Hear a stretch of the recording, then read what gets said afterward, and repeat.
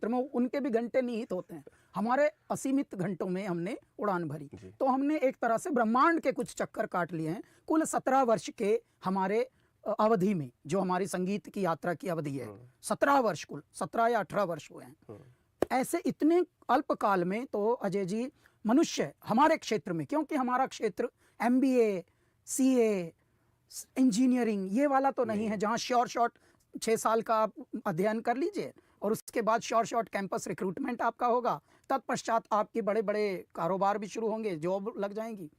हमारे क्षेत्र में चुनौतियों से परिपूरित एक महासागर आपके समक्ष खड़ा होता है, एक हिमालय खड़ा होता है समस्याओं का, विषमताओं का। हमारी ही समस्याओं जैसी ऐसे कई विधाएं हैं। देखिए खेल भी एक ऐसी विधा है साहब, और कला और संस्कृति की भी विधा ऐसी ही है।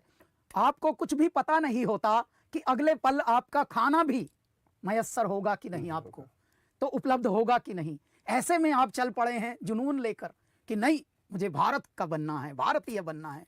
जब मैं प्रारंभ में आध्यात्मिक गाने गाता था तो सब लोग चकित होते थे कि ये बालक किस तरह के गाने गाता है। जब दुनिया में चित्रहार आते थे तब भी हम चित्रहार से प्रभावित कभी इसलिए नहीं हो पाए क्योंकि हमें चित्रहार दिखता ही नहीं था, हमारे पास था ही नहीं ऐसा साधन।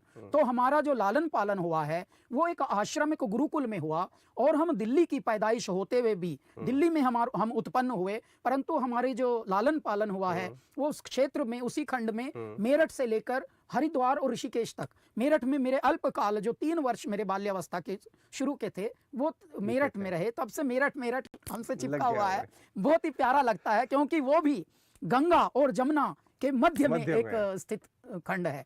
और उसके बाद हरिद्वार और ऋषिकेश में मेरा यौवन जिसे कहेंगे, किशोरावस्था से जब आप यौवन को प्राप्त होते हैं तब आप गंगा नदी के तट पर एक आश्रम है परमार्थ निकेतन, मैं वहां गाता था।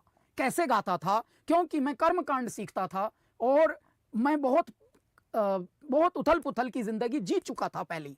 तो जब मैं वहां पहुंचा यानी 20 या 21 वर्ष का होकर, तब मुझे ऐसा लगता था जैसे मैं कम से कम 1000 वर्ष का हो चुका हूं। इतने अनुभव मेरे ईश्वर ने हमें दे डाले थे। और अनुभव क्या होते हैं? अनुभव कभी कभी विषैले भी होते हैं, कसैले भी होते हैं, कटु भी होते हैं, मृदु भी होते हैं। हमारे हिस्से में कटु